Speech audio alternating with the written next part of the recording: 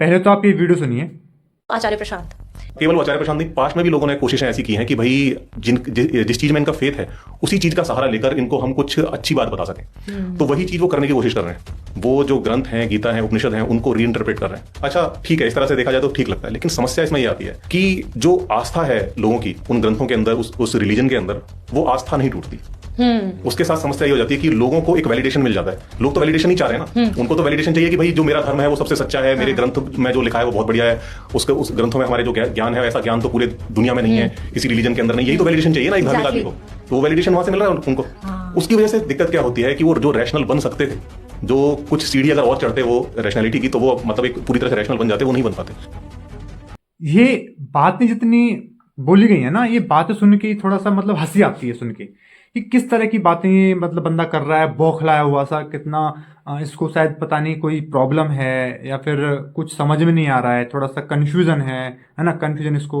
तो इस तरह की बातें कर रहे हैं। अर्पित एक्सप्लेन नाम का इसका चलन है, और मैंने इसकी 2-3 वीडियो और देखी थी आचार्य प्रशांत के ऊपर ही, और मैंने इस पर कमेंट भी कर रखे हैं। इस बंदे ने कोई जवाब दिया नहीं है। हालांकि शायद अपने आप को बहुत बड़ा व्यक्ति मानता है, अपने आप को रैशनल कहता है, साइंस का वाहक कहता है कि मैं तो साइंस की बातें करता हूँ।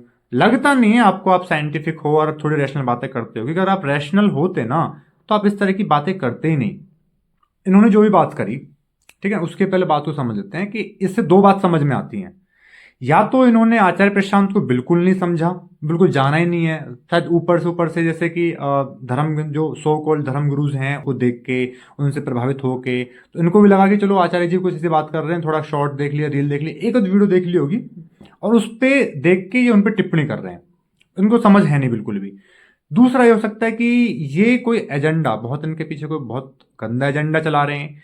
इनको लगता है कि एक व्यक्ति जो साइंस को केंद्र में रख के और लोगों को मतलब अध्यात्म सिखा रहे हैं, इनको ये बात हजम नहीं हो रही, क्योंकि इनके बस की वो है नहीं। आचार्य प्रशांत ने जो जिस तरीके से ग्रंथों का मर्म, सही अर्थ हमारे सामने लाके रखे हैं, इनके बस की वो है नहीं। और इनको लग रहा है कि हम भी तो ऐसी तर्क करते हैं, हम भी तो ऐसी बातें साइंटिफिक करते हैं, हमसे क्यों नहीं हुआ। तो ठीक है, इस व्यक्ति को नीचे गिराओ, फिर हम लोगों को समझाएंगे कि सिर्फ विज्ञान ही सब कुछ है।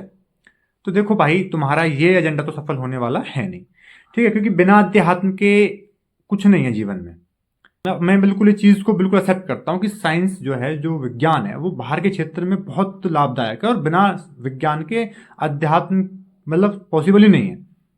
लेकिन ये नहीं है कि सिर्फ विज्ञान ही हमारे जीवन को बदल देगा, ऐसा बिल्कुल भी नहीं है। अपने आप को रैशनल कहना बंद करो।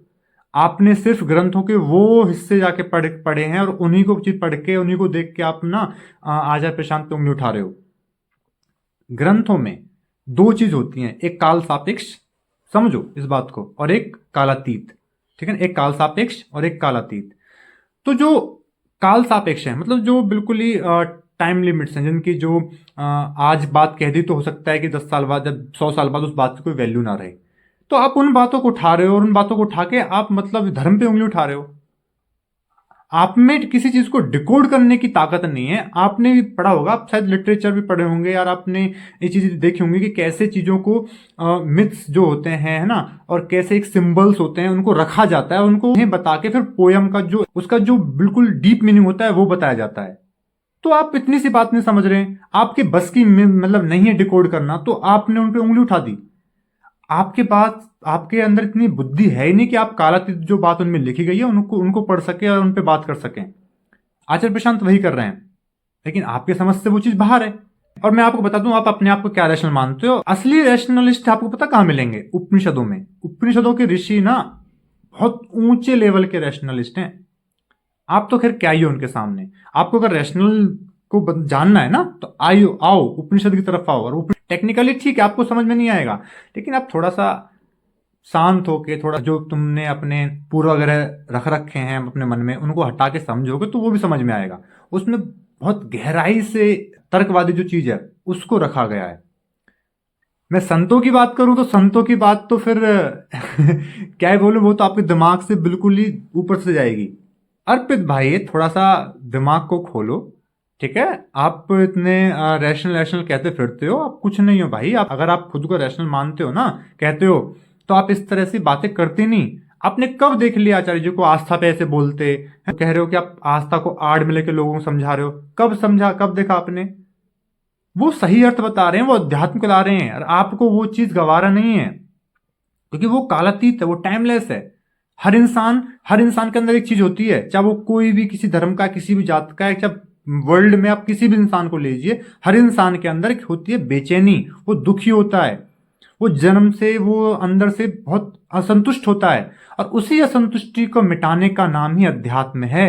और वही अध्यात्म, वही बातें उपनिषदों में हमें बताई गई हैं। क्या कर लेगा विज्ञान? विज्ञान बता देगा, आप साइकोलॉजी की बात करते हो, साइकोलॉजी बता देगा आपके दिमाग में इस तरह का थोड़ा सा कोई हार्मोन रिलीज हो रहा है, आप उस वजह से आप थोड़े से दुखी हो, ठीक है, वो हो गया। लेकिन जो एक इसके पीछे जो मूलभूत अहंकार बैठा है ना, जो अहम है, वो तुम्हारी पकड़ में नहीं आएगा, वो साइंस के पकड़ में भी नहीं आएगा। वो अपने आप में है कुछ नहीं, लेकिन वो मानता है कि वो है। तुम अपने आप को रैशनल मानते हो ना, क्या बोलते हो? उपनिषदों में तो इस बात पे उंगली उठा दी है कि कौन रैशनल, रैशनल कहने वाला है कौन? अब बताओ उनसे बड़ा रैशनल कौन है? तुम आए बड़े फिर यार रैशनल कह रहे हो अपने आप को। उपनिषद में, भगवत गीता में आप जिनकी बात करते हो, उसमें तो इस बात पे भी मतलब क्वेश्चन मार्क लगा दिया गया है कि ये रैशनल कहने वाला है कौन? तुम खुद को रैशनल मानते हो ना, अपने आप को बोलते हो कि हम तो वैज्ञानिक दृष्टिकोण रखते हैं। कौन? किसकी दृष्टि, किसका दृष्टिकोण? ये है कौन कहने वाला? इस पे प्रश्न चिन्ह लगाया जाता है, ये देता है आपको उपनिषद। अब बताओ तुम ज्यादा बड़े रैशनल हुए कि उपनिषद बड़े रैशनल हुए? आपको लगता ही नहीं ब्रो, पता ही नहीं आपको कहां से ये चीज की व्याख्याएं मिल रही है। पर गलती आपकी नहीं है, गलती कुछ देश में माहौल ही ऐसा है कि अंधविश्वास का माहौल है, तो आप सिर्फ उनको लेके आ रहे हो। बस बात इतनी सी है। और आप उन चीजों को देख के कहते हो कि नहीं आचार्य प्रशांत पे ऐसे होंगे। मुझे लगता है कि आपको और पढ़ना चाहिए भाई, थोड़ा सा उनको पढ़िए, थोड़ा सा उनको जानिए, तब आपको थोड़ा शायद सही बात पता लग सके, तब आपको पता लग सके कि हाँ वास्तव में कि वो काम क्या कर रहे हैं। सबको एक ही पैमाने से मत देखिए। अब ये भी आपका एक अहंकार है कि मैं तो वैज्ञानिक दृष्टिकोण का हूं, मैं तो रैशनल हूं। ओशो को कितना जानते हो यार आप? जिद्द कृष्णमूर्ति की बात करते हो आप, कितना जानते हो उनके बारे में ठीक से? उसको समझने के लिए अपने ऊपर से जो चश्मा पहना हुआ है ना, ये दृष्टिकोण जो ये रैशनल वाला, इसको थोड़ा हटाओ। और मैं कोई कहीं अंधविश्वास वाली या कोई दिमाग बिना तर्क करे वाली समझने वाली बात नहीं कर रहा हूं। अगर तर्क करने को तुम सक्षम हो तो तर्क करो, सीधा बात करो, पूछो, जानने के इच्छुक हो तुम्हारे अंदर जानने की अभिलाषा होनी चाहिए, जिज्ञासा होनी चाहिए। लेकिन तुमने तो जिज्ञासा ही खत्म कर दी, तुम तो बस रैशनल बोल दिया और बोल दिया कि नहीं वो तो इस टेम्परामेंट से बात बोल रहे हैं, तो वो बहुत गलत हो गए, वो देश में रैशनलिटी को घटा रहे हैं। तुम इस देश में रैशनल के नाम पे कलंक लगा रहे हो, समझो। फिर मैं कह रहा हूं, इस तरह की ओछी बातें बिना जाने किसी पे टिप्पणी नहीं करनी चाहिए, ठीक है? आपको मैं 2-3 बार मैं ये चीज मतलब नोटिस में कर रहा हूं, और आपने 2-3 वीडियो बनाई है, मुझे लगता है कि आपने अभी तक उनको ठीक से नहीं जाना है। और फिर मैं बता दिए हैं, 2 चीज हो सकती हैं, या ठीक से जाना नहीं है, या फिर इसके पीछे बहुत कोई एक आपका खुद का एक एजेंडा हो सकता है किसी को गिराने का। तो ये इस तरह की छोटी बातें आपको करनी शोभा नहीं देती, तो आप ठीक से जांचिए। आप वैज्ञानिक दृष्टिकोण रखते हैं तो विज्ञान को समझते हुए ना, तथ्यों को समझते हुए सत्य तक जाइए। और सत्य का मतलब मेरे ये कहने कि ब्रह्मांड में कोई बहुत बाहर चीज है, सत्य कहीं बाहर नहीं, सत्य इधर ही मिलेगा, अंदर ही मिलेगा। ये है कौन रैशनल, जिसको तुम कह रहे हो मैं रैशनल हूं, ये रैशनल कहने वाला है कौन? तब कहीं जाके तुम्हें आचार्य जी समझ में आएंगे, और तुम्हारे बस की नहीं है। और मत दिया करो ऐसी टिप्पणी, ठीक है ना? वैसे टिप्पणी तुम्हारे कुछ होने वाला नहीं है, पर फिर बता दे रहा हूं। आप पॉडकास्ट पे चले जाते हो, पता नहीं कुछ भी बक देते हो, कुछ आपके पास में होता नहीं बोलने के लिए, मत करिए ऐसा।